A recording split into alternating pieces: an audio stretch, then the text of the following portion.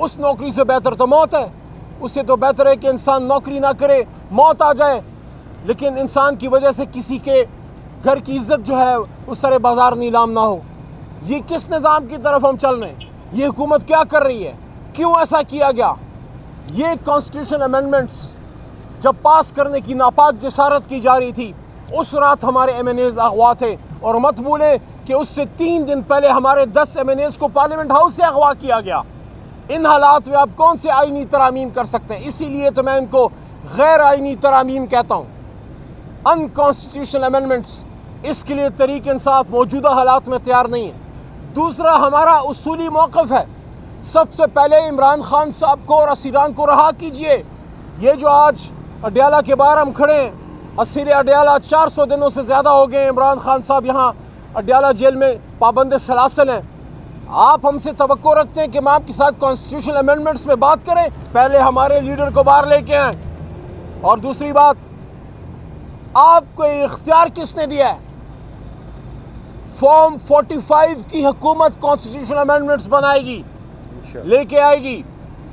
پہلے ہمارا مینڈیٹ جو ہے اس کا فیصلہ ہونا چاہیے. ہماری آئینی درخواست کانسٹیٹیوشنل پٹیشن سپریم کورٹ میں پڑی ہوئی ہے کہ ہمارے مینڈیٹ کا فیصلہ کیا جائے, ہمارا اوریجنل مینڈیٹ ہمیں واپس کیا جائے.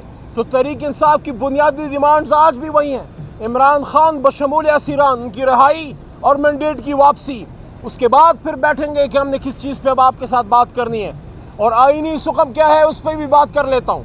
جو میں نے شروع میں کہا کہ یہ آئینی ترامیم نہیں ہو سکتی, تو آئینی سقم کیا ہے؟ آپ کا ہاؤس آف فیڈریشن کمپلیٹ ہی نہیں ہے. آپ سینٹ آف پاکستان سے اگر آئینی ترامیم پاس کرنا چاہتے ہیں تو وہاں پہ تو خیبر پختونخوا کی نمائندگی نہیں ہے, آپ نے تو الیکشن ہی نہیں کرایا. ہاؤس کمپلیٹ نہیں ہے. انکمپلیٹ ہاؤس سے, غیر مکمل ایوان سے آپ کیسے آئینی ترامیم پاس کر سکتے ہیں؟ اور صرف سینٹ آف پاکستان جو ہے وہ نامکمل نہیں بلکہ قومی اسمبلی بھی نامکمل ہے. تحریک انصاف کی ریزرو سیٹیں, مخصوص سیٹیں, خواتین کی سیٹیں اور اقلیتی سیٹیں ابھی تک ہمیں نہیں ملی.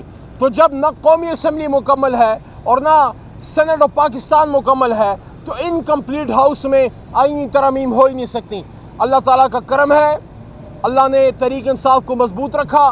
ہمارے ممبران مشکل حالات میں کھڑے رہے, مضبوط رہے. میں ان کو سلام پیش کرتا ہوں اور میں شکریہ ادا کرتا ہوں تحریک انصاف کے تمام ہمارے لاکھوں کروڑوں ووٹر سپورٹر ورکر کو, جنہوں نے ہمیں سپورٹ بھی کیا اور جن کا پریشر بھی تھا پیچھے کہ عمران خان اگر جیل میں ہے تو کوئی یہ نہ سمجھے اس کے ووٹ کا محافظ اس کا ورکر ہے. کوئی پارلیمنٹیرین سوچ بھی نہیں سکتا. سب عمران خان کے ساتھ ڈٹے ہوئے کھڑے, لیکن اگر خدا نخواستہ کسی کے دل میں نیت میں فطور بھی آئے تو یہ ذہن میں اس کے ہے کہ پیچھے کارکن پھر نہیں چھوڑے گا. حلقے میں کیسے جاؤں گا, حلقے میں کس طرح واپس اپنے ڈیرے پہ جاؤں گا, کیونکہ یہ ووٹ تو عمران خان کی امانت تھی, یہ میرا ووٹ تو نہیں تھا. یہ تو کارکن گلی گلی کریا پھرا اور عمران خان کے نام پہ ووٹ لے کے آیا اور زید بکر عمر کو جتا کے پارلیمان میں بھیج دیا. یہ تو ہمارا ووٹ تھوڑی ہے. تو اس وجہ سے یہ جو پچھلا ہفتہ 10 دن گزرے میں سمجھتا ہوں امتحان کے تھے, لیکن اللہ نے ہمیں سرخرو کیا ہے. لیکن ہم نے آرام سے نہیں بیٹھنا, کیونکہ چور چوری سے جائے لیکن سینہ زوری سے بھی نہیں جاتا اور باقی کاموں سے بھی جو ہے وہ نہیں جاتا, ہیرا پھیری سے تو بالکل نہیں جاتا. تو یہ لوگ باز نہیں آئیں گے, یہ اپنی اس حرکت کی طرف دوبارہ آئیں گے. لیکن ہم نے بھی انشاءاللہ چست اور ہم نے بالکل بیدار رہنا ہے. اور یہ بھی بتا دیں کہ نون لیگ سے تو کوئی توقع نہیں تھی, لیکن پیپلز پارٹی کا کردار اس میں بڑا سوالیہ نشان ہے. خاص کر بلاول صاحب کا, جو بڑا کلیم کرتے ہیں کہ ان کے نانا نے آئین بنایا. افسوس کی بات ہے بلاول صاحب, آپ کے نانا نے پاکستانی پارلیمنٹیرینز کے ساتھ, مفتی محمود صاحب کے ساتھ یا ولی خان صاحب کے ساتھ یا اس وقت کی لیڈرشپ کے ساتھ مل کے آئین بنایا, اور ان کا نواسا رات کے اندھیرے میں اس آئین میں نقب زنی کر رہا تھا. کسی سے توقع نہیں تھی کہ پیپلز پارٹی جو ہے وہ ان کے ساتھ مل کے اس آئین کا حلیہ بگاڑنے کی یہ کوشش کرے گی. آپ ہمیں بتائیے بلاول صاحب, آپ کس طرح اپنے نانا ذوالفقار بھٹو کو فیس کریں گے اگر آپ یہ آئینی ترامیم پاس کروا دیتے؟ بہرحال ہمارے حوصلے بلند ہیں اور انشاءاللہ ہم اپنے آئین کی بھی حفاظت کریں گے, اپنی جوڈیشری کے ساتھ بھی مضبوط کھڑے ہیں. اور آپ دیکھ لیں گے انشاءاللہ یہ جو لاہور میں ہمارا جلسہ ہونے جا رہا ہے, لاہور میں جو ہمارے انشاءاللہ پاکستانی لاہوری اور پورے ملک سے پاکستانی آ رہے ہیں ایک پرامن جلسے کے لیے، انشاءاللہ وہاں آپ کو اس کے بارے میں مزید تفصیلی باتیں بھی ہم کریں گے. لیکن یہ دوبارہ کہنا چاہتے ہیں لاہور کا جلسہ بھی ہمارا حق ہے اور یہ تحریک انصاف کا حق ہے کہ اس کا لیڈر باہر آئے اور اس کو اس کا مینڈیٹ واپس دیا جائے.